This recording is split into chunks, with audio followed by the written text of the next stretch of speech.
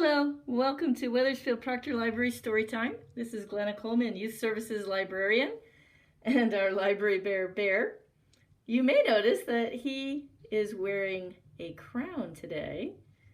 This crown happens to have a hoopoe on it, which is a bird from the Middle East, Africa, and Europe. And today's story just happens to be about a hoopoe. Your craft will be to make your very own hoopoe crown. Today's story is from the book Tales Alive, Bird Tales from Near and Far. These stories are retold by Susan Milord with paintings by Linda S. Wingerter. So the story from the book is called The Palace of Beaks. This is a tale that comes from the country of Yemen, which is in the Middle East. King Solomon, who lived from about 970 to 930 BC, was one of the kings of ancient Israel. He is best remembered for his celebrated wisdom. In this tale, told throughout the Middle East, his judgment is challenged by a bird called a hoopoe. And there's a picture of a hoopoe there, Solomon with the hoopoe. The Palace of Beaks. Long ago, when time was measured by the trickle of sand, there ruled a wise and goodly king named Solomon. It so happened that the birthday of King Solomon's wife was approaching, and the one gift, the only gift the queen fancied, was a palace made from the beaks of birds. "And so you shall have one," said Solomon, who dearly loved his wife. He sent word that all the feathered creatures in his kingdom were to assemble before him 1 week hence. When that day arrived, the air was filled with the noise of beating wings, punctuated by squawks and hoots and chirps. Birds of every kind had answered Solomon's call. There were cooing doves and long-legged storks, fearsome falcons and guinea fowl. There were terns and swallows, eagles and owls. Even the ostrich had made the long journey on foot, as they cannot fly. But the king noticed that among the birds there was not a single hoopoe. "That's odd," King Solomon thought to himself. "I am surprised. Hoopoe is not here." The king had always felt great affection for the hoopoe, feelings which he thought the bird shared. But Solomon saw no reason to keep the other birds waiting. He would have to proceed without hoopoe. "I've asked you here today because the queen shall be celebrating her birthday soon," King Solomon told the feathered crowd. The birds began twittering excitedly. So they were being invited to a party. How nice! Then one by one they noticed Solomon's finger on his lips. They ceased their chatter to listen. "For her birthday," Solomon went on, "the queen has asked for a palace made from the beaks of birds." The birds fell silent, stunned by the king's words. Compared to the mighty lion or stately giraffe, they knew they were small and insignificant, but they hadn't expected this. Give up their beaks? What a thought!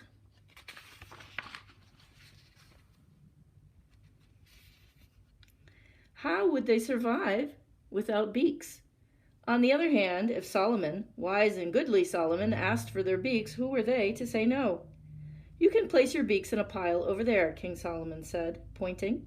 The birds began forming several lines, prepared to do the king's bidding. At that very moment, hoopoe arrived. The colorful bird dropped down in front of Solomon, who glared at the creature with undisguised impatience. "And where have you been?" King Solomon asked. "Flying hither and yon, my king," the hoopoe replied. The king grunted. "Well, as I just finished telling the others, your beak is needed in order to build a palace for my wife." Hoopoe listened and said nothing. He looked at the birds standing patiently in line and then back at King Solomon. Finally he spoke. "I am sorry, your majesty, but I cannot give up my beak so readily." "Oh, and why can't you?" The king cocked an eyebrow. "What makes you think you are any different from the other birds?" "I am no different," Hoopoe began, "but in my travels I have learned that many things. I ask you to listen to what I have to say." "Very well," said King Solomon. "Proceed."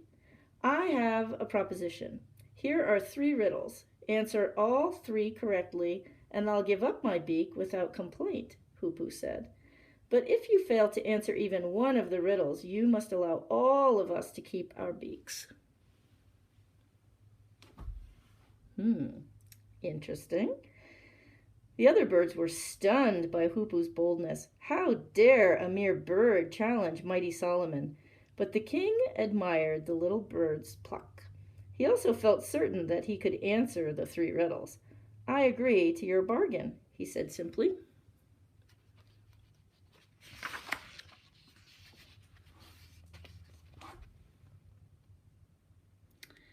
"Very well," said Hoopoe, taking a deep breath. "Here is the first riddle. Who is it who was never born and shall never die?" "Oh, that's an easy one," laughed King Solomon. "The Creator, of course. He who made all there is," he said, gesturing with his outstretched arms. "He who made the sky above us and the ground on which we stand. He who made the plants and the animals and the birds." Solomon gazed thoughtfully at Hoopoe. "And the birds," the monarch thought to himself. "Here is the second riddle, then," said Hoopoe, nervously clearing his throat. "Can you tell me what water neither rises from the ground nor falls from the sky?" Solomon wasted no time in answering this one either. "That would be a tear," he said, "a tear that is shed in sadness." The king looked at the birds assembled before him. There was no mistaking the look of despair in their eyes. Sad thoughts began to fill Solomon's heart. When he reached up to touch his face, his fingers were wet. "Here, then, is the last riddle," said Hoopoe, his voice quavering. This was also the last chance to save the birds' beaks. What is delicate enough to put food in a baby's mouth, yet strong enough to drill holes in wood? King Solomon's face creased as he thought. He pulled on his beard. He looked skyward and then at the sea of birds standing before him. His face broke out in a broad grin. "Why, that must be a beak, a bird's beak," he said triumphantly. But the king's satisfaction quickly dissolved into shame. He looked at the multitude of wondrous birds before him, birds in every size and shape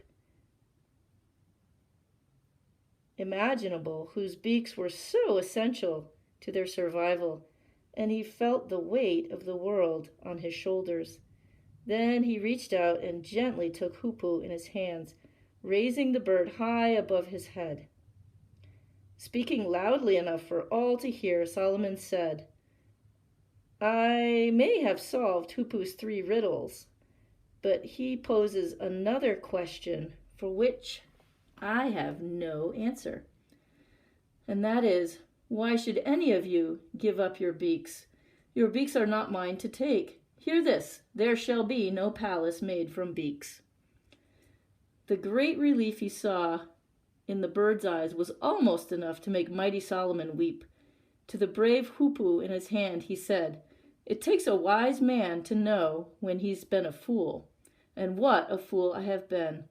My small friend, you have shown far greater wisdom than I. You are a king among birds."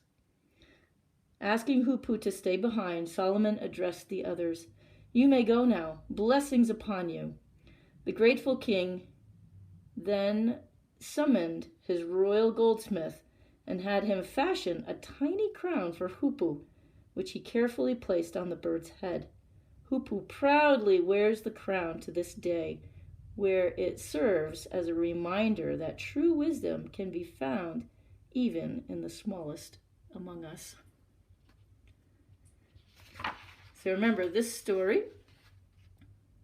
There's Solomon holding the Hoopoe and the other birds.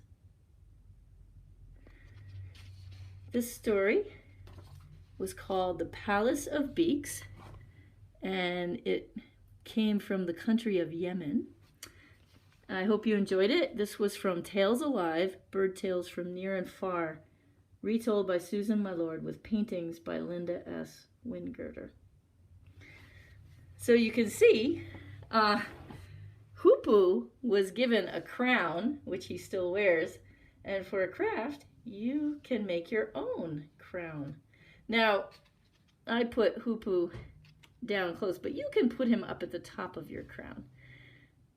So notice that his colors are black and white, tan, and a kind of orange. His crown, he has sort of orangey feathers with a little bit of white and then black tips. So what you're going to receive in your packet is some construction paper that you can make your crown out of. You can see that you can just measure it to your head and staple it. And you'll also receive just a line drawing of a hoopoe that you can color in. Now, you don't have to put the branch in if you don't want. You can color over that and just stick him right on your crown. You can find pictures of hoopoes on the internet if you need to see them more closely, and there's some interesting facts about them. Hoopoes are now the official bird of Israel. You can see here's an example of his crown.